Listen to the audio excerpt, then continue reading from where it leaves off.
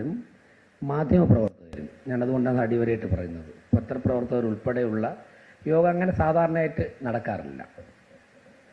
ഈ യോഗം ഈ ഭരണസമിതി വന്നിട്ട് ആദ്യത്തെ മാസമോ രണ്ടാമത്തെ മാസമോ ചേരുന്ന യോഗവുമല്ല. ഒരു 4-5 മാസം പ്രവർത്തിച്ചതിന് ശേഷം വ്യത്യസ്ത മേഖലയിൽ നിന്നുള്ള അഭിപ്രായങ്ങൾ സ്വരൂപിച്ചുകൊണ്ട് നടന്ന ഒരു കൗൺസിൽ യോഗത്തിൽ നടന്ന ചർച്ചകളുടെ യാദൃച്ഛികമായി ഉയർന്നു വന്ന ചർച്ചകൾ, ആ ചർച്ചകൾ മരാമത്ത് വർക്കുമായിട്ട് ബന്ധപ്പെട്ടുള്ള ചർച്ചകൾ നടന്നപ്പോൾ ഏറെക്കുറെ എല്ലാ കൗൺസിലർമാർക്കും, ആഗ്രഹിച്ച എല്ലാ കൗൺസിലർമാർക്കും അഭിപ്രായം പറയുവാനുള്ള അവസരം കൊടുത്തപ്പോൾ അതിൽ നിന്നും സ്വാഭാവികമായിട്ട് ഉരുത്തിരിഞ്ഞു വന്ന ഒരാശയമാണ് ഇത്തരത്തിൽ ഒരു യോഗം ചേരണം, കോൺട്രാക്ടർമാരും ജീവനക്കാരും അതോടൊപ്പം തന്നെ കൗൺസിലർമാർ ഉൾപ്പെടുന്ന ഒരു യോഗം ചേരണമെന്നുള്ള ഒരു ആശയം ആ കൗൺസിൽ യോഗത്തിൽ ഉയർന്നു വന്നതാണ്. അതിനനുസരിച്ചിട്ടാണ് കുറച്ച് നീണ്ടുപോയെങ്കിൽ നമുക്കിന്നിവിടെ ഇരിക്കാൻ സാധിച്ചത്. ഇവിടെ കോർപ്പറേഷൻ്റെ മേയർ എന്നുള്ള നിലയ്ക്ക് ഞാനിവിടെ നിൽക്കുമ്പോൾ ഒരുപക്ഷെ എൻ്റെയോടൊപ്പം ഇരിക്കുന്നതിലും ഈ ഇരിക്കുന്നതിലൊക്കെ തന്നെ ആശയപരമായിട്ട് വിയോജിപ്പുള്ള നിരവധി പേരുണ്ട്. അങ്ങനെ ഉണ്ടാകണം, അതാണ് ജനാധിപത്യത്തിൻ്റെ സൗന്ദര്യം. പക്ഷേ ഈ ഇരിക്കുന്ന എല്ലാവർക്കും ഒറ്റ കാര്യത്തിൽ യോജിപ്പുണ്ട്: കോർപ്പറേഷൻ നിർമ്മാണ പ്രവർത്തനങ്ങൾ നടക്കണം, നമ്മുടെ വരും തലമുറയ്ക്ക് വേണ്ടി നിർമ്മാണ പ്രവർത്തനങ്ങൾ നടത്തണം. ആശയപരമായി വിയോജിക്കുമ്പോഴും നേരത്തെ ഡെപ്യൂട്ടി മേയർ പറഞ്ഞൊരു കാര്യം ഏറ്റവും പ്രധാനമാണ്. കൗൺസിലിൽ ശക്തമായിട്ട് വിയോജിക്കുന്ന കൗൺസിലർമാർക്കും അവരവരുടെ വാർഡുകളിൽ നന്നായിട്ട് പ്രവർത്തനം നടന്നാൽ മാത്രമേ അവർക്ക് ജനങ്ങളുടെ ഇടയിൽ നിന്ന് മുന്നോട്ട് പോകാൻ സാധിക്കുകയുള്ളൂ. മാത്രമല്ല, നമ്മൾ ജനങ്ങൾ അർപ്പിച്ച വിശ്വാസം നമുക്ക് കാത്തു സൂക്ഷിക്കാനും സാധിക്കുകയുള്ളൂ. കോൺട്രാക്ടർമാരെ സംബന്ധിച്ചിടത്തോളം എത്രയും പെട്ടെന്ന് തന്നെ വർക്ക് പൂർത്തിയാക്കി അവർക്ക് ബില്ല് മാറണം, എങ്കിൽ മാത്രമേ അവർക്ക് അടുത്ത വർക്കിലേക്ക് പോകാൻ സാധിക്കുകയുള്ളൂ, അവരുടെ കാര്യവും ഉദ്ദേശമൊക്കെ നടക്കുകയുള്ളൂ. അപ്പോൾ സ്വാഭാവികമായിട്ടും ഉദ്യോഗസ്ഥന്മാരും അവരുടെ ഡ്യൂട്ടി ചെയ്യാൻ വേണ്ടിയുള്ള മാനസികാവസ്ഥയോടെയാണ് ജോലിക്ക് ജോയിൻ ചെയ്യുന്നത്. അപ്പോൾ എല്ലാവരുടെയും ആഗ്രഹം ഇക്കാര്യങ്ങൾ നടക്കണമെന്നാണെങ്കിലും ഇക്കാര്യങ്ങൾ ഒരു 10-20% പോലും പലപ്പോഴും നടക്കാത്തൊരു സാഹചര്യമുണ്ട്. ആ സാഹചര്യമാണ് ഈ ചർച്ചകളിലൂടെ, ആശയവിനിമയ പ്രക്രിയയിലൂടെ പരിഹരിക്കണം എന്ന ഉദ്ദേശത്തോടു കൂടി നമ്മളിന്നിവിടെ ഒരുമിച്ച് ചേർന്നിരിക്കുന്നത്. എന്നോട് കഴിഞ്ഞ ദിവസങ്ങളിൽ, പല ദിവസങ്ങളിലും പ്രത്യേകിച്ച് ഇന്നലെ രാത്രി ഉൾപ്പെടെ ചിലർ എന്നോട് ബന്ധപ്പെട്ടിട്ട് ഇത്തരത്തിലൊരു യോഗത്തെ എന്താണ് ഉദ്ദേശിച്ചത് എന്ന് ചോദിച്ചു. അപ്പോൾ ഞാൻ പറഞ്ഞൊന്നുമില്ല, മേയറായിരിക്കുന്ന സ്ഥലത്ത് ഉള്ള ജീവനക്കാരെയും കോൺട്രാക്ടർമാരെയൊക്കെ ഒരുമിച്ചൊന്ന് കാണണം, പരിചയപ്പെടണം എന്നുള്ളൊരു ആഗ്രഹത്തിൻ്റെയും ചില ആശയങ്ങൾ പങ്കുവയ്ക്കുന്നതിൻ്റെ ഭാഗമായിട്ടുള്ള യോഗമെന്നാണ് ഞാനിവിടെ സൂചിപ്പിച്ചത്. ഞാൻ ഒരു കാര്യം തുടക്കത്തിൽ തന്നെ പറയാൻ ആഗ്രഹിക്കുന്നത്, നമുക്ക് കാര്യങ്ങൾ കുറച്ചുകൂടി വേഗത്തിലാക്കണം. അതിന് കുറച്ച് കൂടുതൽ വേഗത്തിലാക്കണം. സമയം നമ്മളാരെയും കാത്തു നിൽക്കില്ല. തിരുവനന്തപുരം കോർപ്പറേഷനിൽ കുറച്ച് പ്രവൃത്തി നടക്കാൻ വേണ്ടി താമസിച്ചു എന്ന് കരുതിയിട്ട് ലോകത്ത് മറ്റെല്ലാ സ്ഥാപനങ്ങളും അത് കാത്തു നിൽക്കില്ല. തിരുവനന്തപുരം കോർപ്പറേഷൻ മെച്ചപ്പെട്ട് വരട്ടെ എന്ന് കരുതിയിട്ട് നാഗർകോവിൽ കോർപ്പറേഷൻ മുനിസിപ്പാലിറ്റി കാത്തിരിക്കുകയില്ല. തിരുവനന്തപുരം കോർപ്പറേഷനിൽ എല്ലാ പ്രവർത്തനവും വേഗത്തിലാകട്ടെ, അതുവരെ ഞങ്ങളിവിടെ വെയിറ്റ് ചെയ്യാന്ന് പറഞ്ഞിട്ട് തൊട്ടപ്പുറത്തെ പഞ്ചായത്തോ മുനിസിപ്പാലിറ്റിയോ കാത്തിരിക്കില്ല. തിരുവനന്തപുരം കോർപ്പറേഷനിൽ പ്രവർത്തനം മെച്ചപ്പെട്ടെ എന്ന് പറഞ്ഞിട്ട് ചെന്നൈ കോർപ്പറേഷൻ കാത്തിരിക്കില്ല. അവരൊക്കെ തന്നെ കിട്ടുന്ന എല്ലാ സാഹചര്യങ്ങളും ഉപയോഗിച്ച് മുന്നോട്ട് പോകുമ്പോൾ നമുക്ക് അതിനൊപ്പമല്ല അതിനപ്പുറം വേഗത്തിലാകാൻ വേണ്ടി എന്ത് ചെയ്യണം എന്നാണ് നമ്മളിവിടെ ചർച്ച ചെയ്യേണ്ടത്. എല്ലാവർക്കും അവരവരുടേതായ പ്രശ്നങ്ങൾ പറയാൻ കാണും, എല്ലാവർക്കും കാണും. കൗൺസിലർമാർക്ക് കെട്ടഴിച്ചു കഴിഞ്ഞാൽ വെളുത്താലും തീരാത്ത തരത്തിൽ അവർക്ക് തന്നെ പറയാൻ കാണും, പെയ്തൊഴിയും അവരൊക്കെ തന്നെ. കോൺട്രാക്ടർമാർക്ക് ഭീകരമായിട്ടുള്ള പ്രതിസന്ധികൾ അവർ നേരിടുന്നതിനെ പറയാൻ കാണും, ജീവനക്കാർക്കും കാണും. പക്ഷേ നമുക്ക് ഈ പ്രതിസന്ധിയിൽ പരിഹരിച്ചുകൊണ്ട് നമുക്കൊന്ന് എൻജോയ് ചെയ്തുകൊണ്ട് ഈ പ്രവർത്തനങ്ങൾ എങ്ങനെ നടത്തി മുന്നോട്ട് പോകാം എന്നാണ് ചിന്തിക്കാനുള്ളത്. ഒരു വളരുന്നൊരു സമൂഹത്തിൽ മാത്രമേ എല്ലാവർക്കും അതിൻ്റെതായ ഫലങ്ങൾ ആസ്വദിക്കാൻ സാധിക്കുകയുള്ളൂ. എനിക്ക് കോൺട്രാക്ടർമാരുടെ മുന്നിൽ വയ്ക്കുവാനുള്ള ഒരു കാര്യം, ഇപ്പോൾ ജൂൺ മാസത്തിലൊക്കെ ആയിരിക്കും ഒരുപക്ഷെ നമ്മൾ എസ്റ്റിമേറ്റൊക്കെ എടുത്തു വരുന്നത്. ഈ പ്രവർത്തികൾ ജൂണിൽ ടെൻഡർ ചെയ്ത് കഴിഞ്ഞാൽ ഇതെങ്ങനെയാണ് മാർച്ചിലും പൂർത്തിയാകാതെ സ്പിൽ ഓവറായിട്ട് അടുത്ത വർഷത്തേക്കോ അതിൻ്റെ അടുത്ത വർഷത്തേക്കോ പോകുന്നത്? എങ്ങനെയാണ് പോകുന്നത്? നിങ്ങൾക്ക് നിങ്ങളുടെ കാരണം ഉണ്ടാകും. ജൂണിൽ പ്രവർത്തികൾ ടെൻഡർ ചെയ്ത് കഴിഞ്ഞാൽ നവംബറിൽ പ്രവർത്തനം അവസാനിപ്പിച്ച് ബില്ലെഴുതാൻ പോകാൻ വേണ്ടിയിട്ട് ഉള്ള നിങ്ങൾക്ക് എന്താണ് തടസ്സം? ആ തടസ്സങ്ങൾ മാറ്റിത്തരിക എന്നുള്ളതാണ് ഞങ്ങളുടെ ജോലി. നിങ്ങൾക്ക് ഇപ്പൊ ഇവിടെ വെച്ച് പറയണമെന്നില്ല, ഇന്ന് നിങ്ങളെ ഒരുമിച്ച് വിളിച്ചിട്ട് പറയുന്നതിന്റെ ഒരു പ്രധാനപ്പെട്ട ഘടകം, ജൂണിൽ ടെൻഡർ ചെയ്ത് കഴിഞ്ഞാൽ നവംബർ മാസത്തിൽ ആ വർക്ക് പൂർത്തിയാക്കുവാനുള്ള തടസ്സം നിങ്ങൾക്ക് എന്താണ്, ആ തടസ്സം മാറ്റിത്തരിക എന്നുള്ളതാണ് ഞങ്ങളുടെ ഉത്തരവാദിത്വം. ആ തടസ്സം മാറ്റിത്തരാൻ വേണ്ടിയിട്ട് ഞങ്ങൾ പ്രതിജ്ഞാബദ്ധരാണ്. ആ തടസ്സം മാറ്റിത്തരാൻ ഏത് എക്സ്റ്റെന്റ് വരെ പോയാലും ഞങ്ങൾക്ക് മടിയില്ല. അതിന് ഈ കൗൺസിലിലെ 101 കൗൺസിലർമാരും ഒറ്റക്കെട്ടാണെന്ന് തീരുമാനിച്ചതിന്റെ അടിസ്ഥാനത്തിലാണ് ഈ യോഗം വിളിക്കുന്നതെന്നാണ് എനിക്ക് നിങ്ങളോട് പറയുവാനുള്ളത്. ഇപ്പോൾ ഒരുപാട് കാര്യങ്ങൾ സംഭവിക്കുന്നുണ്ട്. ഞാൻ എല്ലാ കാര്യങ്ങളിലേക്കൊന്നും പോകുന്നില്ല, കാരണം എല്ലാവർക്കും അറിയാമെന്നുള്ളതുകൊണ്ട് വീണ്ടും അതിനെ ഇങ്ങനെ പറഞ്ഞ് അന്തരീക്ഷത്തിൽ അത് നിലനിർത്തുവാൻ വേണ്ടി ഞാൻ ആഗ്രഹിക്കുന്നില്ല. എന്നാൽ നമുക്ക് നമ്മുടെ മിനിമം, നമ്മുടെ ഇൻവെസ്റ്റ് ചെയ്യാനുള്ള ക്യാപിറ്റലിന് അപ്പുറമുള്ള വർക്ക് എന്തിനാണ് നമ്മൾ കോട്ട് ചെയ്യുന്നത്? നാട്ടിലുള്ള എല്ലാ വർക്കും എടുത്തിടും. നാട്ടിലുള്ള എല്ലാ വർക്കിലും കയറി എത്തിപ്പിടിച്ചെടുത്തിട്ട് നമുക്ക് ചെയ്യാൻ പറ്റുന്ന വർക്കുകൾ ഞാനും ചെയ്യില്ല, ആരെ കൊണ്ട് ചെയ്യാനും സമ്മതിക്കാത്ത ഒരു സാഹചര്യം ഉണ്ടാക്കുന്നതിലേക്ക് നമ്മൾ എന്തിനാണ് പോകുന്നത്? ഇപ്പോൾ പലരും ബിലോയിൽ വർക്ക് എടുക്കും. അത് നിങ്ങളുടെ ഇഷ്ടമാണ്. നിങ്ങൾക്കതിൽ നിന്ന് ലാഭം കിട്ടുമെന്നുള്ള ഉറപ്പുണ്ടെന്നുണ്ടെങ്കിൽ ബിലോയിൽ നിങ്ങൾ എത്ര ഓടും എടുത്തോളൂ, വർക്കിനൊരു തുക ഉണ്ടാകും. പക്ഷെ ബിലോയിൽ വർക്ക് എടുത്തതിന് ശേഷമാണ് പറയുന്നത് ഞാൻ ബിലോയിലാണ് എഴുതിയത് അതുകൊണ്ട് നിങ്ങളോട് ആരെങ്കിലും പറഞ്ഞാൽ ബിലോയിൽ എഴുതാൻ? നിങ്ങളോട് ആരും ബിലോയിൽ എഴുതാൻ പറഞ്ഞില്ലല്ലോ. പലരും വർക്ക് സൈറ്റിൽ നിന്ന് കാണാതെയാണ് വർക്ക് എടുക്കുന്നത്. ഈ ടെൻഡർ ആയതുകൊണ്ട് അതൊക്കെ സൗകര്യമുണ്ട്, ഇവിടെ ഉണ്ടെങ്കിൽ കോട്ട് ചെയ്യും. എന്നിട്ട് പറയും അവിടെ മണ്ണിടിഞ്ഞ് കിടക്കുന്നു, അവിടെ കനാലുണ്ടായിരുന്നു, ഞാനത് കണ്ടില്ല. നിങ്ങൾ കാണണം, നിങ്ങൾ വർക്ക് സൈറ്റിൽ പോയിട്ട് വർക്ക് കാണണം, അതിനുശേഷം മാത്രമേ നിങ്ങൾ കോട്ട് ചെയ്യാവുള്ളൂ. എന്നിട്ട് ചിലർ ബുദ്ധിമാന്മാർ ചെയ്യുന്നത് ബിലോയിൽ വർക്ക് കോട്ട് ചെയ്തിട്ട് അവർ വർക്ക് എടുക്കും, ആറും പിന്നെ എടുക്കൂലല്ലോ, അതിൽ ആരും എടുക്കുകയില്ല, അത് ചെയ്യുകയില്ല. ഇത് നാടിനെ ദ്രോഹിക്കുന്നതല്ലേ? ഈ നടപടി നാടിനെ ദ്രോഹിക്കുന്നതല്ലേ? നിങ്ങൾക്ക് താങ്ങാത്ത വർക്ക് എടുക്കുകയും എന്തിനാണ് അങ്ങനെ പോകുന്നത്? അങ്ങനെ പോകുന്നത് ഒരു നാടിനെ പുറകോട്ടടിക്കുന്നതിന് തുല്യമല്ലേ എന്നാണ് നമുക്ക് ചോദിക്കുവാനുള്ളത്. ഇതിന് എന്തെങ്കിലും തടസ്സം നിങ്ങൾക്ക് നേരിടുന്നുണ്ടെങ്കിൽ നിങ്ങൾ പറഞ്ഞു, നിങ്ങൾക്ക് താങ്ങുന്ന വർക്ക് നിങ്ങൾ എടുത്താൽ മതി. അവിടെ ഉണ്ടാകുന്ന ഒരു ഗുണം, നിങ്ങൾക്ക് സാധിക്കുന്ന വർക്ക് എടുക്കുകയും അതിനെ സമയബദ്ധമായി പൂർത്തിയാക്കുകയും ചെയ്തു കഴിഞ്ഞാൽ ഞങ്ങളെ സംബന്ധിച്ചിടത്തോളം സംസ്ഥാന സർക്കാരും കേന്ദ്ര സർക്കാരും വികസനത്തിന്റെ കാര്യത്തിൽ ഒരേ മനസ്സോടെ ഒറ്റക്കെട്ടായി നിന്നുകൊണ്ട് സഹായിക്കുവാനും ഇടപെടുവാനും തയ്യാറാണ് എന്നുള്ളതാണ് തിരുവനന്തപുരത്ത് കൊടുത്തുകൊടുത്ത സന്തോഷം. ഞാൻ ബഹുമാനപ്പെട്ട മുഖ്യമന്ത്രിയുടെ ചേംബറിൽ അദ്ദേഹവുമായിട്ട് ഒരു 10-15 മിനിറ്റ് കൂടിക്കാഴ്ച നടത്തിയതിനു ശേഷമാണ് ഇങ്ങോട്ട് വന്നത്. സംസ്ഥാനത്തിന്റെ വികസനവുമായി ബന്ധപ്പെട്ട് ബഹുമാനപ്പെട്ട മുഖ്യമന്ത്രിയോട് സംസാരിച്ച കാര്യങ്ങളിൽ സംസ്ഥാന സർക്കാരിന് സഹായിക്കാൻ കഴിയുന്ന എല്ലാ കാര്യങ്ങളിലും വളരെ പോസിറ്റീവായിട്ടുള്ള നിലപാടാണ് ബഹുമാനപ്പെട്ട മുഖ്യമന്ത്രി എടുത്തിട്ടുള്ളത്. ഇതൊരു 10 മിനിറ്റ് മുമ്പ് ഞങ്ങൾ തമ്മിൽ അദ്ദേഹത്തിന്റെ ചേംബറിൽ കണ്ടിട്ടാണ് ഇങ്ങോട്ട് വരുന്നത്. അതേ ആത്മവിശ്വാസവുമായിട്ട് ഞാൻ വന്നോടനെ തന്നെ MR-നോട് ചോദിച്ചു, CM എന്താ പറഞ്ഞതെന്ന്. ബഹുമാനപ്പെട്ട പ്രധാനമന്ത്രി സഹായിക്കാൻ തയ്യാറാണ്, ഏത് തരത്തിലായാലും. അപ്പോൾ അങ്ങനെ ഒരു രാജ്യം മുഴുവൻ നമ്മളെ സഹായിക്കാൻ നിൽക്കുമ്പോഴേക്കും നമ്മുടേതായ ചില പിടിവാശികൾ കൊണ്ട്, ഞാനല്ലെങ്കിൽ വേറെ ആരും ചെയ്യേണ്ട എന്നുള്ളൊരു ആഗ്രഹം കൊണ്ട് അങ്ങനെ പോകുന്നത് ശരിയാണോ എന്ന് ആലോചിക്കണം. ഇനിയിപ്പോൾ ശരിയാണെന്നാണ് നിങ്ങൾ കണ്ടെത്തിയാലും ആ ശരി അനുവദിച്ചു തരാൻ ഇനി ഭരണസമിതി തയ്യാറാകുന്നില്ല എന്ന് വളരെ മനോഹരമായി നിങ്ങളോട് പറയാൻ വേണ്ടിയിട്ടാണ് ഇന്നിവിടെ വിളിച്ചിരിക്കുന്നത്. ചിലപ്പോൾ ചില പ്രതിസന്ധികളുണ്ടാവും, നോക്കാം. പ്രതിസന്ധികൾ വരട്ടെ, പ്രതിസന്ധികൾ നമുക്ക് അത് തരണം ചെയ്യാമേ. പ്രതിസന്ധികൾ വരുമ്പോഴേക്കും നമുക്കത് തരണം ചെയ്യാം, അതൊന്നും പ്രശ്നമില്ല. ചിലപ്പോൾ റോഡ് ടാർ ചെയ്യാനായിട്ട് 6 മാസം താമസിക്കും, അല്ലെങ്കിൽ 1 വർഷം താമസിക്കും. ഇവിടെ 10-15 വർഷം താമസിച്ചിട്ട് എല്ലാ കുറ്റപ്പെടുത്തലും കേട്ടുകൊണ്ടിരിക്കുന്ന ഈ കൗൺസിലർമാർക്ക് ഒരു തീരുമാനം എടുത്തതിന്റെ പേരിൽ എന്തെങ്കിലും പ്രതിസന്ധി വരണമെങ്കിൽ അത് തരണം ചെയ്യാൻ വേണ്ടി വലിയ ബുദ്ധിമുട്ടൊന്നുമില്ല. ഞാൻ പറയുന്നത് ശുദ്ധമായി ഒഴുകണം. കോൺട്രാക്ടർമാരുടെ മേഖലയിലേക്ക് ഞങ്ങൾ കുറച്ച് കോൺട്രാക്ടർമാർ ഇവിടെ ഉണ്ട്, ഇവിടേക്ക് ആരും കടന്നു വരണ്ട എന്നുള്ള അഭിപ്രായമാണ് ആർക്കെങ്കിലും ഉണ്ട് എന്നുണ്ടെങ്കിൽ ദയവ് ചെയ്ത് കാലം ആർക്കു വേണ്ടി മാറ്റുവിൻ ചട്ടങ്ങളെ, അല്ലെങ്കിൽ കാലം തന്നെ നമ്മളെയൊക്കെ തന്നെ മാറ്റിമറിക്കും എന്നാണ് എനിക്ക് പറയാനുള്ളത്. വരട്ടെ, പ്രവൃത്തി ചെയ്യാൻ തയ്യാറുള്ള ആര് വരും. ഞങ്ങളൊരു 5-6 പേർ മാത്രം കോർപ്പറേഷനിൽ വന്ന് സെക്ഷനിലേക്ക് കണ്ട് ചില ഉദ്യോഗസ്ഥന്മാരെയൊക്കെ കണ്ട് ഞങ്ങൾ 2-3 പേര് കൂടി അതങ്ങ് നടത്തിക്കൊണ്ട് പോകാമെന്നാണെന്നുണ്ടെങ്കിൽ അങ്ങനെ നടത്താൻ വേണ്ടി വിട്ടുതരാൻ വേണ്ടി അല്ല ജനങ്ങൾ ജയിപ്പിച്ചിട്ടുള്ളത്. പിന്നെ കോൺട്രാക്ടർമാർ ഡ്രൈവ് ചെയ്യുന്ന ഒരു സിസ്റ്റം, അല്ലെങ്കിൽ ചില ഉദ്യോഗസ്ഥന്മാർ ഡ്രൈവ് ചെയ്യുന്ന ഒരു സിസ്റ്റം, ഇത് ഏത് ലോകത്തായത് വെള്ളരിക്ക പഠനമാണ്. ജനങ്ങൾ നാട് ഭരിക്കാൻ വേണ്ടി തെരഞ്ഞെടുത്തിട്ടുള്ള രാഷ്ട്രീയ നേതാക്കന്മാരെയാണ്. രാഷ്ട്രീയ നേതാക്കന്മാരായിരിക്കണം നാട് ഭരിക്കുന്നത്. എവിടെയെങ്കിലും അങ്ങനെ കോൺട്രാക്ടർമാരോ ഉദ്യോഗസ്ഥന്മാരോ നയിക്കുന്ന ഒരു സിസ്റ്റം ഉണ്ടായിരുന്നുവെങ്കിൽ ആ സിസ്റ്റം അവസാനിച്ചിരിക്കുന്നതാണ് പറയാനുള്ളത്. രാഷ്ട്രീയ നേതാക്കന്മാരെ ജനങ്ങൾ ജയിപ്പിക്കുന്നത് നാട് ഭരിക്കുവാനാണ്. അതുകൊണ്ട് തന്നെ ഞാൻ കുറ്റപ്പെടുത്തിയല്ല ഞാൻ വസ്തുതയാണ് സംസാരിക്കുന്നത്. ഇന്ന ഉദ്യോഗസ്ഥനെ ഇന്നടത്ത് വെച്ച് തരണം എന്ന് കോൺട്രാക്ടർമാർ ആവശ്യപ്പെടുന്ന ഒരു കാലഘട്ടത്തിലേക്ക് നമുക്ക് എങ്ങനെ പോകാൻ സാധിക്കും?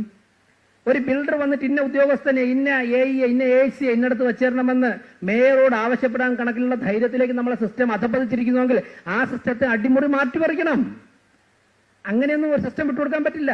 നിങ്ങൾ കോൺട്രാക്ടർമാർ അനുഭവിക്കുന്ന ബുദ്ധിമുട്ട് എനിക്കറിയാം. ഞാൻ കഴിഞ്ഞ ദിവസം സൂപ്രണ്ടിംഗ് എഞ്ചിനീയർ ബഹുമാനപ്പെട്ട അദ്ദേഹം ഉണ്ടായിരുന്നാണ് ഞാൻ ഓർക്കുന്നത്. അദ്ദേഹം ഉൾപ്പെടെയുള്ള ഒരു മീറ്റിംഗിൽ ഞാൻ പറഞ്ഞു, അത് സ്റ്റിയറിംഗ് കമ്മിറ്റിയാണോ അതിന് ശേഷം നടന്ന എഞ്ചിനീയറിംഗ് സെക്ഷനിലെ മീറ്റിംഗ് ആണെന്ന് അറിയില്ല. ചില ക്ലർക്കുമാർക്ക് സ്ഥിരമായിട്ട് ക്ലർക്കിൽ മിസ്റ്റേക്ക് വരും. കോൺട്രാക്ടർമാർ ബില്ല് കൊണ്ടു കൊടുക്കുമ്പോഴേക്കും ഒരു നമ്പർ മാറിപ്പോ അക്കൗണ്ടിന്റെ. ഇതെങ്ങനെയാണ്? ഞാൻ SCയോട് ചോദിച്ചു, ഇതെങ്ങനെയാണ് ശരിയാവുന്നത്? എല്ലാവർക്കും അല്ല, ചില ക്ലർക്കന്മാർക്ക് കോൺട്രാക്ടർമാർ ബില്ലോ അവരുടെ ഡോക്യുമെന്റ്സ് കൊണ്ട് കൊടുക്കുമ്പോൾ ഒന്നേ മാറുള്ളൂ. അപ്പൊ ഒരുപാട് മാറിക്കഴിഞ്ഞാൽ പ്രശ്നമില്ല. അപ്പൊ ഒന്ന് മാറും. 1 ഇട്ടത് 9 ആയിപ്പോയി, ഇല്ലെങ്കിൽ 8 ഇട്ടത് 0 ആയിപ്പോയി, അല്ലെങ്കിൽ 0 ഇട്ടത് 8 ആയിപ്പോയി. അപ്പൊ സ്വാഭാവികമായിട്ട് അവർക്കറിയാം ഇതവിടെ പോകുമ്പോൾ അവന്റെ ജന്മത്ത് പാസ്സാവുകയില്ല. അത് പിന്നെ പോയി എല്ലാ നൂലാമാലകളും കഴിഞ്ഞ് എല്ലാ ടേബിളിലും ഉള്ള മാമൂല കഴിഞ്ഞ് തിരിച്ച് എന്റെ അടുത്ത് തന്നെ വരും. ഞാൻ ഒരു കാര്യം പറയാം, അത്തരത്തിൽ കോൺട്രാക്ടർമാരെ വട്ടം ചുറ്റിക്കാൻ വേണ്ടി ക്ലറിക്കൽ മിസ്റ്റേക്ക് വരുത്തുന്ന ക്ലർക്കുമാരോട് ഞാൻ പറയുന്നു, തിരുവനന്തപുരം കോർപ്പറേഷനിൽ ആ കസേരയിൽ നിങ്ങൾക്ക് സ്ഥാനം ഉണ്ടാവുകയില്ല എന്ന് ഒരു ആശങ്കയ്ക്കും ഇടവരുത്താതെ വിധം മാധ്യമങ്ങളുടെ മുമ്പിൽ വെച്ച് പറയാൻ ഞാൻ ആഗ്രഹിക്കുക. അവര് ടാറും സിമന്റും മെറ്റലും കൊണ്ട് കഷ്ടപ്പെട്ട് രാത്രി മുതൽ പകലൂടെ ഇത്രയും ജോലിക്കാരെ സംഘടിപ്പിച്ച് ജോലിയാണെന്നുണ്ടെങ്കിലും അവർക്ക് സമയബന്ധിതമായി തന്നെ ഈ പേപ്പറുകളൊക്കെ പാസ്സാക്കി കൊടുക്കണം. ഒരു ആശങ്കയും വേണ്ട, എല്ലാവരും പറയണ്ടേ ഞങ്ങളുടെ ഈ ഇരിക്കുന്ന കോൺട്രാക്ടർമാരും ഇവിടെയുള്ള ബിൽഡർമാരും ഇവിടെയുള്ള എല്ലാവരും, ഞാൻ ഉൾപ്പെടെയുള്ള കൗൺസിലർമാരെ കുറിച്ച്, മേയറിന്റെ സ്വഭാവത്തെക്കുറിച്ച്, കൗൺസിലർമാരുടെ ഇടപെടലിനെ കുറിച്ച്, മേയറുടെ ഇടപെടലിനെ കുറിച്ച്, ഉദ്യോഗസ്ഥന്മാരുടെ ഇടപെടലിനെ കുറിച്ച് ഒക്കെ തന്നെ പലതരത്തിലുള്ള പൂച്ച പാലുടിക്കുമ്പോൾ പൂച്ച അറിയില്ലെന്ന്, പൂച്ച നോക്കുമ്പോൾ ആരും അറിയുന്നില്ല, എല്ലാം അറിയുന്നുണ്ട്. ഞാൻ നിങ്ങളോട് പറയുന്നത്, ഞാൻ ഈ സമൂഹത്തിൽ ഇടപെടുന്നതും ഞാൻ ബിസിനസ്സുകാരോട് ഇടപെടുന്നതും ഒക്കെ തന്നെ വൈകുന്നേരങ്ങളിൽ നടക്കുന്ന സ്വകാര്യ ചർച്ചകളെല്ലാം പറയുന്നുണ്ട്.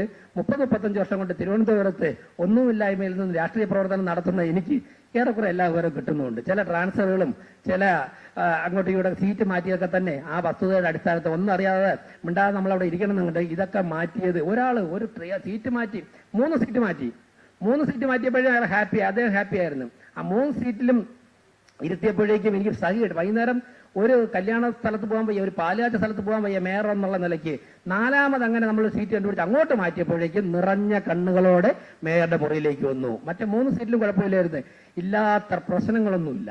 എനിക്ക് ശരീരാസ്വാസ്ഥ്യം ഇതാണെന്ന് പറഞ്ഞിട്ട് മേയറുടെ മുറിയിലേക്ക് വരിക, മേയറുടെ റൂമിലേക്ക് വരിക. കാരണം എല്ലാ സ്ഥലത്തു നിന്ന് ഇൻഫർമേഷൻ കളക്ട് ചെയ്തിട്ടാണ്. ഞാൻ ചോദിക്കട്ടെ, എന്തിനാ കോൺട്രാക്ടർമാരെ ഇങ്ങനെ ബുദ്ധിമുട്ടിക്കുന്നത്? എന്തിനാണ് ബിൽഡർമാരെ ഇങ്ങനെ ബുദ്ധിമുട്ടിക്കുന്നത്? നിയമപരമായി നടക്കാൻ പറ്റാത്ത കാര്യമാണെങ്കിൽ അവരുടെ അങ്ങ് പറഞ്ഞാൽ മതിയല്ലോ, നടക്കില്ലെന്ന്. ഞാൻ കുറ്റപ്പെടുത്തിയല്ല പറയുന്നത്. ഇങ്ങനെയുള്ള കാര്യങ്ങൾ നടക്കുന്നില്ല എന്ന് ഇവിടെ ഇരിക്കുന്ന ആർക്കെങ്കിലും പറയാൻ പറ്റുമോ? ഞാൻ ഞെട്ടിപ്പോയി. ജനുവരി മാസത്തിൽ ആറ്റുകാൽ പൊങ്കാലയുടെ കുറച്ച് ചർച്ച നടത്തിയപ്പോഴും പറയാ, കഴിഞ്ഞ ആറ്റുകാൽ പൊങ്കാലയ്ക്ക് ചെയ്ത വർക്കിന്റെ പൈസ ഇതുവരെയും കിട്ടിയില്ലെന്ന്. കഴിഞ്ഞ ആറ്റുകാൽ പൊങ്കാലയ്ക്ക് ചെയ്ത വർക്കിന്റെ പൈസ പിന്നെ എങ്ങനെയാണ് പാവങ്ങളെ നിർബന്ധിക്കുന്നത്? ഞാൻ വിട്ടു 3%, 4%, 3 രൂപ, 5 രൂപ, 10 രൂപ പലിശക്ക് എടുത്തിരിക്കുന്ന ഏതെങ്കിലും കോൺട്രാക്ടർമാർക്ക്, ഇവരൊന്നും ടാറ്റയും ബിർളയൊന്നുമല്ലല്ലോ, കോടിക്കണക്കിന് ഇൻവെസ്റ്റ് ചെയ്യാൻ. ഇവര് വല്ല താലി പണയം വെച്ചോ മാല പണയം വെച്ചോ ഇവിടെ വസ്തു പണയം വെച്ചോ പൈസ കൊണ്ടുവരുന്നവരാണ്. അവരെ അങ്ങനെ കോൺട്രാക്ടർമാരെ കണ്ണീരും കയ്യുമായിട്ട് കയറി ഇറക്കുവാൻ വേണ്ടിയിട്ട് ഈ ഭരണസമിതി കൂട്ടുനിൽക്കുന്നില്ല എന്ന് ഞാൻ പറയുകയാണ്. പിന്നെ പലരും ചോദിച്ചു മോണിറ്ററിംഗ് കമ്മിറ്റി എന്തിനാണെന്ന്. മോണിറ്ററിംഗ് കമ്മിറ്റി ഇല്ലാതിരുന്നപ്പോഴേക്കും കൗൺസിലർമാർ ആരാണെന്നോലും കോൺട്രാക്ടർമാർക്ക് അറിയില്ല. അത് പറ്റില്ലല്ലോ. മേയർ എന്നുള്ള നിലയ്ക്ക് എന്റെ സഹപ്രവർത്തകരെ, കൗൺസിലർമാരെ, ജനങ്ങൾ തെരഞ്ഞെടുത്തവരെ അഡ്രസ് ചെയ്യാതെ വിശ്വാസത്തിലെടുക്കാത്ത ഒരു ഭരണസമിതിക്ക് എങ്ങനെ മുന്നോട്ട് പോകാൻ സാധിക്കും? അപ്പൊ കൗൺസിലറൊക്കെ ഈ വാർഡിൽ യാതൊരു കാര്യവുമില്ല, ഞങ്ങളും കുറച്ച് ഉദ്യോഗസ്ഥരും കൂടെ ചേർന്നുകൊണ്ടാണ് ഈ വാർഡിൽ എല്ലാ കാര്യങ്ങളും ചെയ്യുന്നത് എന്ന് ധരിച്ചു കഴിഞ്ഞാൽ ആ ധാരണ അസ്ഥാനത്താണ്. മോണിറ്ററിംഗ് കമ്മിറ്റി വരും, മോണിറ്ററിംഗ് കമ്മിറ്റിക്ക് ചെയർമാൻ ഉണ്ടാകും. പിന്നെ ചിലർ ചിരിക്കുന്നുണ്ട്, നിങ്ങളുടെ ഉദ്ദേശിക്കുന്ന ആശങ്ക ഉണ്ടാവണ്ട. നിങ്ങൾ ഉദ്ദേശിക്കുന്ന ആശങ്ക ഇല്ലെന്നേ. നിങ്ങൾ ഉദ്ദേശിക്കുന്ന ആശങ്ക മോണിറ്ററിംഗ് കമ്മിറ്റി വരുമ്പോൾ ഉണ്ടാവുകയില്ല, ഞാൻ ഉറപ്പുവരില്ലേ. അങ്ങനെ ആശങ്ക ഉണ്ടാവണമെങ്കിൽ വന്നാൽ മതി, നമുക്ക് ചർച്ച ചെയ്യാന്ന്. ആ ആശങ്ക ഉണ്ടാവില്ല, ഒരു കോൺട്രാക്ടർമാർക്കും അങ്ങനെ ആശങ്ക ഉണ്ടാവില്ല. അങ്ങനെ ആശങ്ക ഉണ്ടാവുന്ന ഒരാൾ അങ്ങനെ ഒരു ഘടകം ഞങ്ങൾ വെച്ച് തരുമോ? അങ്ങനെ ഒരു ആശങ്ക നിങ്ങൾക്ക് ഉണ്ടാവേണ്ട ആവശ്യമില്ല. പിന്നെ വേറൊന്ന് വിഷമം തോന്നരുത്, ഈ നിയമം നാട്ടിലുള്ളത് നടപ്പിലാക്കാനാണ്. എല്ലാ നിയമവും ഒറ്റയടിക്ക് നടപ്പിലാക്കി ഇരുമ്പ് ചട്ടയ്ക്കുള്ള ആക്കണമെന്നുള്ള അഭിപ്രായം എനിക്കില്ല.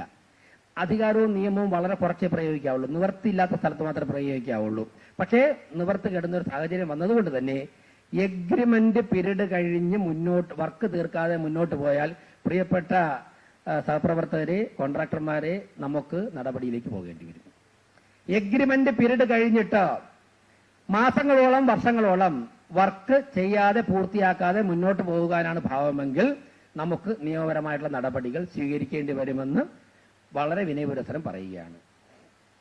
നിവർത്തികേട് കൊണ്ട് പ്രതിപക്ഷത്തായിരുന്നപ്പോഴേക്കും ഒരു വനിതാ കൗൺസിലറുടെ നിരന്തരമുള്ള വേദനയും കണ്ണുനീരും കണ്ടുകൊണ്ട്, ഒരു കോൺട്രാക്ടറുടെ ബുദ്ധിമുട്ടിക്കുന്നത് കണ്ടുകൊണ്ട് ഭരണസമിതി വന്നതിന് ശേഷം ആ കോൺട്രാക്ടറെ ബ്ലാക്ക് ലിസ്റ്റ് പെടുത്താൻ തീരുമാനിച്ചു. ബ്ലാക്ക് ലിസ്റ്റിൽ പെടുത്താൻ വേണ്ടിയുള്ള ചർച്ച ആരംഭിച്ചപ്പോൾ കോൺട്രാക്ടർ അറിഞ്ഞു. പിന്നെ ഈ നാട്ടിലുള്ള പ്രധാനമന്ത്രി വഴി എല്ലാ നേതാക്കന്മാരെ കൊണ്ട് വിളിപ്പിച്ചിട്ട് ഞാൻ എന്ത് ചെയ്യണം, ഇന്നസെന്റ് ചോദിച്ചോളൂ, കുറച്ചുകൂടെ നേരത്തെ പുറപ്പെടണോ, ഞാൻ വർക്ക് ഇന്നലെ ചെയ്യണോ, ടാറ് കുറച്ചുകൂടെ കൂടുതൽ ഒഴിക്കണോ എന്നൊക്കെ ചോദിച്ചിട്ട് അന്ന് ഞാൻ കോട്ട് വിട്ടിട്ട് ഡയസിൽ കയറുന്നതിന്റെ ആ നിമിഷം വരെ ആ അജണ്ട മാറ്റി വയ്ക്കണമെന്ന് പറഞ്ഞു. എത്രത്തോളം അജണ്ട മാറ്റി വയ്ക്കണമെന്ന് പറഞ്ഞു, അത്രത്തോളം ആവേശത്തിൽ അദ്ദേഹത്തെ കരിമ്പട്ടിപ്പെടുത്തിയിട്ടുണ്ട്. അവിടെ നിന്ന് ഒരു മനസാക്ഷി കുത്തിന്റെ ആവശ്യമില്ല, ഒരു മനസാക്ഷി കുത്തിന്റെ ആവശ്യമില്ല അവിടെ. എന്തിനാണ്? കാരണം ആ വനിത, ആ കൗൺസിലർ രാത്രി ഉറക്കമില്ലാതെ 2023-ലും 2025-ലും 2024-ലും ഈ ഒരു റോഡ് ടാർ ചെയ്യിക്കാൻ വേണ്ടി ആ കൗൺസിലറെ നിരന്തരം വിളിച്ച് അവർ കരഞ്ഞുകൊണ്ട് നടക്കുന്നത് ഞാൻ കണ്ടാ, നേരിട്ട് കണ്ടതാ. അങ്ങനെ ഒരു ടീം ഇരുന്നപ്പോൾ എല്ലാവർക്കും ബോധ്യപ്പെട്ടതാ എന്തിനാ അവിടെ വിട്ടുവീഴ്ച ചെയ്യേണ്ട ആവശ്യം, എന്തിനാണ് അവിടെ വിട്ടുവീഴ്ച ചെയ്യേണ്ടത്. അപ്പൊ എന്തിനാ കാല് പിടിക്കണത്? എന്തിന് മേയറുടെ മുമ്പേ തോന്നത്തോടെ, മേയറത്തിന് മുമ്പ് വന്നിട്ട് ഒരു ബില്ല് പാസ്സാക്കാൻ തൊഴേണ്ട ആവശ്യമൊന്നുമില്ല. നിങ്ങൾ ജോലി ചെയ്താൽ നിങ്ങളുടെ അവകാശമാണ്, അത് എന്റെ ഔദാര്യമൊന്നുമില്ല. ഞാൻ ചെയ്തു കൊടുക്കേണ്ട എന്റെ ഉത്തരവാദിത്തമാണ്. ചെയ്തില്ലെങ്കിൽ ഞാൻ നിങ്ങളെയാണ് തൊഴേണ്ടത്. അത് പറ്റിപ്പോയി, അബദ്ധം പറ്റിപ്പോയി. അതുകൊണ്ട് തന്നെ ഇങ്ങനെയുള്ള എഗ്രിമെന്റ് പീരീഡ് കഴിഞ്ഞാൽ സ്റ്റാൻഡിംഗ് കമ്മിറ്റി ഏത് സമയം തീരുമാനിച്ചാലും അടുത്ത ആക്ഷനിലേക്ക് ഞങ്ങൾ പോകും. അവിടെ പിന്നെ വിഷമം ഉണ്ടായിട്ട് കാര്യമില്ല. പല പോയിന്റുകളും ഇതിൽ സംസാരിക്കണമെന്ന് എന്നോട് പലരും പറഞ്ഞിട്ടുണ്ട്. ഇപ്പോ സെലക്ഷൻ നോട്ടീസ് നിങ്ങൾക്ക് കിട്ടാനായിട്ട് വൈകുന്ന എന്നുള്ള പറയുന്നുണ്ട്. അതോടൊപ്പം തന്നെ സെലക്ഷൻ നോട്ടീസ് പലരും കൈപ്പറ്റാനും താമസിക്കുന്നു എന്ന് പറയുന്നുണ്ട്. കാരണം കൈപ്പറ്റായിരുന്നാൽ പിന്നെ കുറച്ചുകൂടെ നീണ്ടു കിട്ടുമല്ലോ. ഇല്ല, കൈപ്പറ്റിക്കാൻ വേണ്ടി നിയമപരമായിട്ട് എന്ത് ചെയ്യാമെന്ന് ഞങ്ങൾ ആലോചിക്കും. സെലക്ഷൻ നോട്ടീസ് മനഃപൂർവ്വം വഹിക്കുന്ന ഉദ്യോഗസ്ഥരുണ്ടെങ്കിൽ അവരെ ഉദ്യോഗസ്ഥ തലത്തിൽ ഞങ്ങൾ അവരോട് സംസാരിക്കാം, അല്ലെങ്കിൽ അവരോട് അതിനെ കൊണ്ട് കാര്യങ്ങൾ ചെയ്യിക്കാനുള്ള ഏർപ്പാട് ചെയ്യാം. വർക്ക് ഓർഡർ ഇതൊക്കെ ഡിലേ വരുത്തുന്ന ചില പരിപാടികളുണ്ട്. മറ്റൊന്ന്, ഈ ചെയ്ത് പോകുന്ന സമയത്ത് റിവേഴ്സ്ഡ് എസ്റ്റിമേറ്റ് മിക്കവാറും വരും. കാര്യം കൗൺസിലർമാർ, ഞാൻ ഉൾപ്പെടെയുള്ളവരുടെ സ്വഭാവം എസ്റ്റിമേറ്റ് എടുത്തതിന് ശേഷം തുടങ്ങുമ്പോഴേക്ക് അപ്പുറത്തൂടെ ഒരു 5 മീറ്റർ, അത് സ്വാഭാവികമാണ്. അവർ ജനപ്രതിനിധികളാകുമ്പോഴേക്ക് വോട്ട് കിട്ടുന്ന മേഖലയിൽ നിന്ന് ആവശ്യപ്പെട്ട് കഴിഞ്ഞാൽ നമുക്ക് കണ്ണടയ്ക്കാൻ സാധിക്കില്ല. അപ്പൊ റിവേഴ്സ്ഡ് എസ്റ്റിമേറ്റിന്റെ കൂടെ നമ്മൾ പരിശ്രമിക്കും. അപ്പൊ എല്ലാ കൗൺസിലർമാരും എന്റെ അടുത്ത് വരും, മുൻമേയർ അടുത്ത് പോകും, ചിലയിടത്തൊക്കെ നമ്മൾ കണ്ണടക്കേണ്ടി വരും. പക്ഷേ ചെയ്യരുതെന്നും പറയുന്നില്ല, അതൊക്കെ ചെയ്യാനായിട്ട് അനുവാദമുള്ള കാര്യം തന്നെ. ദയവ് ചെയ്ത് അതിന്റെ പേരിലിട്ട് അടുപ്പിക്കരുത്. എടുക്കണമെങ്കിൽ നിങ്ങൾ തന്നെ കൂടെ നിന്ന്, ജീവനക്കാരുടെ വർക്ക് ലോഡ് ഉണ്ട് എല്ലാവർക്കും, ഒരുപാട് നല്ല ജീവനക്കാരുണ്ട്, അവർക്കൊക്കെ നല്ല വർക്ക് ലോഡ് ഉണ്ട്. നിങ്ങൾ തന്നെ പരമാവധി വേഗത്തിലാക്കി നവംബർ കൊണ്ട് നമുക്ക് വർക്ക് പൂർത്തിയാക്കുവാനുള്ള സാഹചര്യം ഉണ്ടായാൽ അടുത്ത ഘട്ടം കാര്യങ്ങളിലൊക്കെ തന്നെ നമുക്ക് എളുപ്പത്തിലാക്കാൻ സാധിക്കും. അപ്പോ ഇത്രയും കാര്യങ്ങളാണ് മെയിനായിട്ട് എനിക്ക് സൂചിപ്പിക്കാനുള്ളത്. ഏകദേശം കാര്യങ്ങളൊക്കെ വന്നു. ഇതിലപ്പുറം ഇനി പറയേണ്ട കാര്യം, എല്ലാവർക്കും കാര്യങ്ങളൊക്കെ മനസ്സിലായി. ഈ ഭരണസമിതിയുടെ പോളിസി നിലപാടും എന്താണെന്ന് ബോധ്യമായി കഴിഞ്ഞു. ഞാനിത് പറയുന്നതിന്റെ കാരണമുണ്ട്.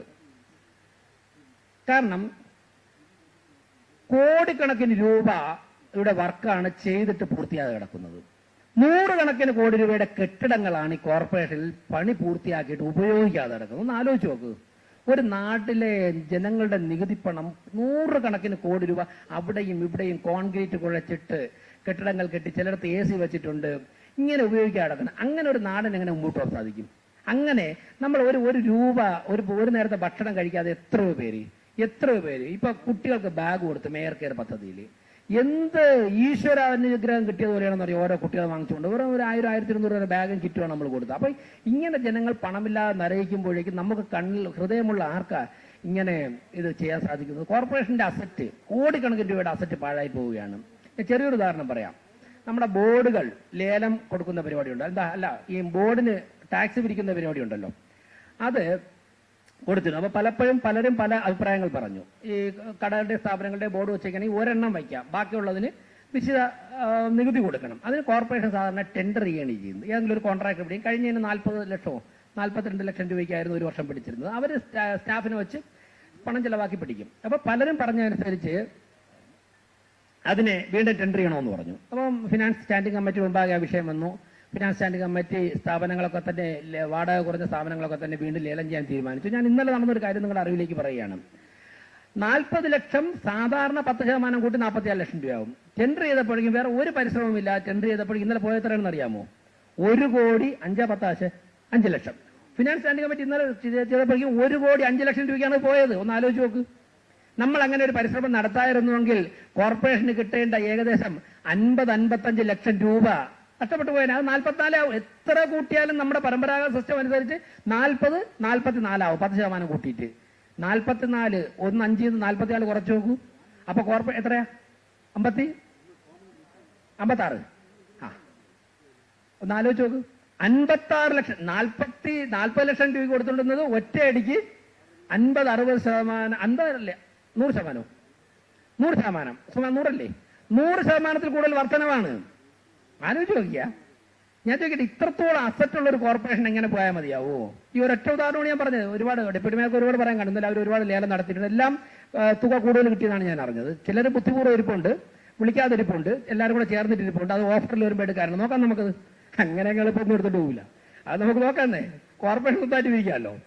കോർപ്പറേഷൻ ഒരു പോയിന്റ് ഓഫ് സർവീസ് മെഷീനും വെച്ചിട്ട് പാവങ്ങളുടെ 10 പേർക്ക് ജോലിയും കൊടുത്ത് അതും കൂടെ തൊടുത്ത് കിട്ടിയാൽ മതി. കിട്ടണ ലാഭം തന്നെയല്ലോ. അങ്ങനെ ഓഫറിൽ എടുക്കാതിരിക്കുകയാണ്. എടുക്കാത്തോണ്ടല്ല, എല്ലാവരും വന്നിരുന്നു. എല്ലാവരും വന്ന്, എല്ലാ വില്ലാളി വീരന്മാരും വന്ന് ചുറ്റിക്കിറക്കി നോക്കിയിട്ട് കോർപ്പറേഷനെ പറ്റിക്കുകയാണെന്നുണ്ടെങ്കിൽ നഷ്ടപ്പെടാനില്ലാത്തവർ കിട്ടണ എല്ലാ ബോണസ് എന്നുള്ള നിലയ്ക്ക് കോർപ്പറേഷൻ സ്വന്തമായിട്ടൊക്കെ പിരിക്കാന്നേ. ഒരു മെഷീൻ വെച്ച് കഴിഞ്ഞാൽ ഡയറക്റ്റ് കോർപ്പറേഷൻ്റെ അക്കൗണ്ടിൽ ബാങ്കുകാരാണെന്ന് കയറി ഇറങ്ങി ഏതെങ്കിലും ഒരു ചെറിയ അക്കൗണ്ട് തന്നാൽ മതി എന്ന് പറഞ്ഞുകൊണ്ട്. അപ്പൊ അവർ തന്നെ മെഷീൻ കൊണ്ടുവരും. നമ്മൾ യൂണിഫോമായിട്ട് 4 പോസ്റ്റ് ചെയ്താൽ പോരെ. നമുക്ക് നോക്കാം അങ്ങനെയൊക്കെ. അപ്പോൾ ഇന്നലെ നടന്ന ഒരു ചെറിയ സംഭവമാണ് ഞാൻ പറയുന്നത്. ഞാൻ ദീർഘിപ്പിക്കുന്നില്ല. നമ്മുടെ ജനറൽ പോളിസി എല്ലാവർക്കും മനസ്സിലായി കാണുമല്ലോ. ഇത്രയും ഞങ്ങൾ ഉദ്ദേശിച്ചിട്ടുള്ളൂ. അപ്പോൾ സംഘടനകളുണ്ട്, കോൺട്രാക്ടർമാരുടെ സംഘടന, നിരവധി സംഘടനാ നേതാക്കന്മാർ എന്നെ കാണാൻ വന്നു. നല്ല സംഘടനാ പാരമ്പര്യം, പൊതുപ്രവർത്തന പാരമ്പര്യം ഉള്ളവർ തന്നെയാണ്.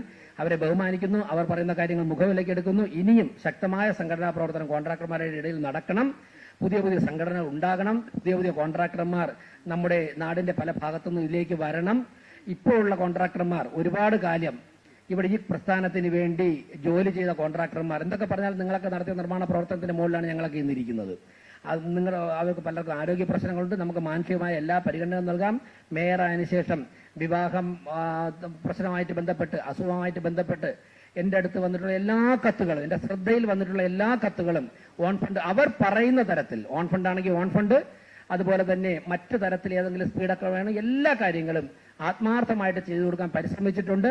ഇനിയും അത്തരത്തിൽ മാനുഷികപരമായിട്ടുള്ള എന്ത് കാര്യം നിങ്ങൾ വന്നു കഴിഞ്ഞാലും ചെയ്തു തരാൻ വേണ്ടി 100% ഞങ്ങൾ പ്രതിജ്ഞാബദ്ധരാണ്.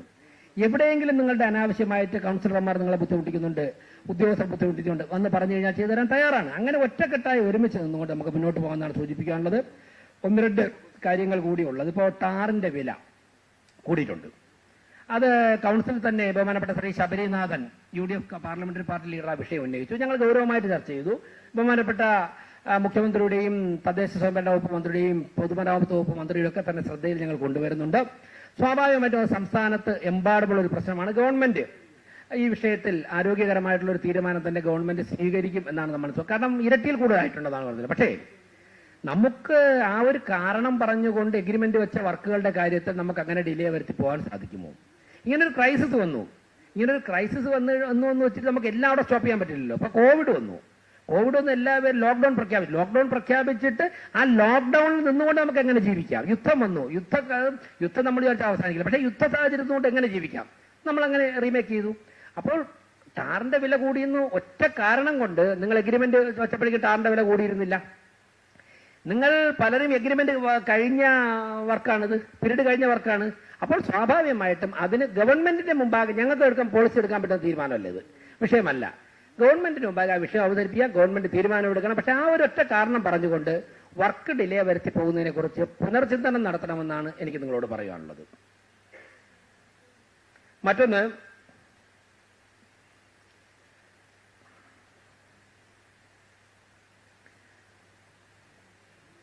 ഏറ്റവും ജെന്യുവനായിട്ടുള്ള കേസുകളിൽ, അതായത് മരാമത്ത് കമ്മിറ്റിയും കൗൺസിലും കണ്ടു മാത്രമേ ടൈം എക്സ്റ്റൻഷൻ അനുവദിക്കാൻ പറ്റുള്ളൂ.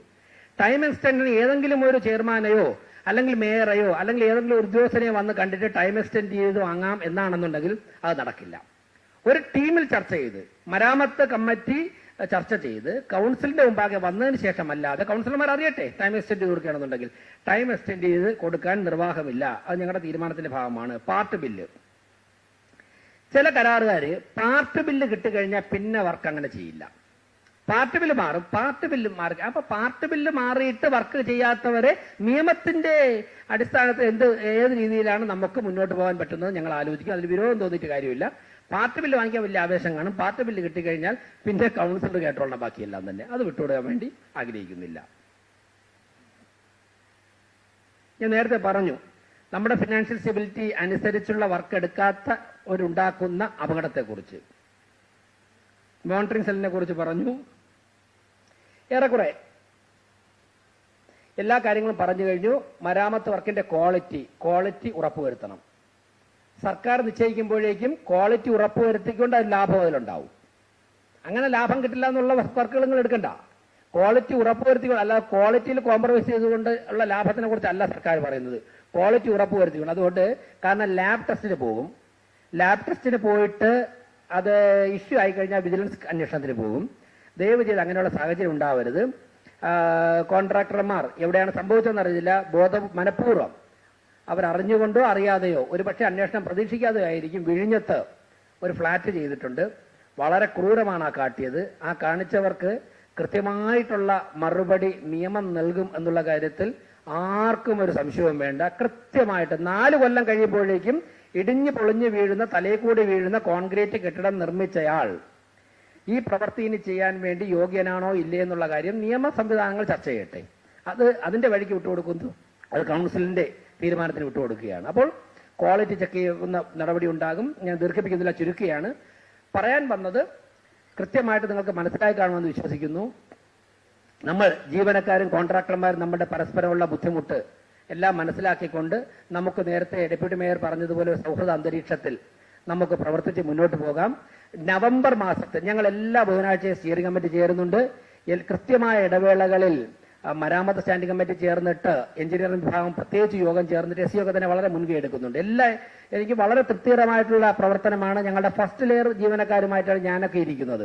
വളരെ തൃപ്തികരമായിട്ടുള്ള, വളരെ ഇഫക്റ്റീവായിട്ടുള്ള പ്രവർത്തനവും മേൽനോട്ടവുമാണ് അവരുടെ ഭാഗത്തുനിന്ന് മേയർ എന്നുള്ള നിലയ്ക്ക് എനിക്ക് തോന്നിയിട്ടുള്ളത്. പക്ഷേ വർക്ക് ലോഡ് വരുന്നതുകൊണ്ട് എന്ത് വന്നാലും SCക്ക് റെഫർ ചെയ്യും, എന്ത് വന്നു കഴിഞ്ഞാലും SCയുടെ അഭിപ്രായം ചോദിക്കും. അങ്ങനെ വരുന്ന ഒരു വലിയൊരു കോർപ്പറേഷനുള്ള വർക്ക് ലോഡ് വരുന്നതുകൊണ്ട് എഞ്ചിനീയറിംഗ് സെക്ഷനിൽ കുറച്ച് ലാഗ് വരുന്നുണ്ട്. മനഃപൂർവ്വം ചെയ്യുന്നവർ കുറവാണ്, ബോധപൂർവ്വം ചെയ്തു. അപ്പോൾ ഇവരൊക്കെ ഒരുമിച്ച് ചേർത്തുകൊണ്ട് നമുക്ക് മുന്നോട്ട് പോകാം. നിങ്ങൾക്ക് എന്ത് ബുദ്ധിമുട്ടുണ്ടെങ്കിലും നേരിട്ട് വന്ന്, മരാമത്ത് ചെയർപേഴ്സൺ ഉണ്ട്, ഡെപ്യൂട്ടി മേയറുണ്ട്, മേയറുണ്ട്, അതുപോലെ തന്നെ ഈ ഭരണസമിതിയിലെ സ്റ്റാൻഡിംഗ് കമ്മിറ്റി ചെയർമാൻമാരുണ്ട്. ഞങ്ങളൊക്കെ തന്നെ ഇക്കാര്യത്തിൽ ഒറ്റക്കെട്ടാണ്. എന്നെക്കാൾ മുതിർന്ന ആൾക്കാർ സ്റ്റാൻഡിംഗ് കമ്മിറ്റിയുണ്ട്. വ്യക്തിപരമായി പറയുന്ന ഒരു കാര്യവും ഞങ്ങൾ ഷെയർ ചെയ്യുകയില്ല എന്ന് പറഞ്ഞുകൊണ്ട് നമുക്കൊരു പുതിയ തൊഴിൽ സംസ്കാരം, പുതിയൊരു നിർമ്മാണ സംസ്കാരം പടുത്തുയർത്താമെന്ന് പറഞ്ഞുകൊണ്ട് ഈ കോർപ്പറേഷനെ ബഹുമാനപ്പെട്ട പ്രധാനമന്ത്രി, മുഖ്യമന്ത്രി ഉൾപ്പെടെ ഒരുപാട് കാര്യങ്ങൾ നമ്മുടെ കോർപ്പറേഷനിൽ പ്രതീക്ഷിക്കുമ്പോൾ, ലക്ഷക്കണക്കിന് വരുന്ന ജനങ്ങൾ വലിയ പ്രതീക്ഷ അർപ്പിക്കുമ്പോഴേക്കും ആ പ്രതീക്ഷയ്ക്ക് അനുസരിച്ച് ഉയരുവാനുള്ള ഒരു സാഹചര്യം ഉണ്ടാകണമെന്ന് ആത്മാർത്ഥമായിട്ട് ആഗ്രഹിച്ചുകൊണ്ട് നിർത്തുന്നു. നന്ദി, നമസ്കാരം.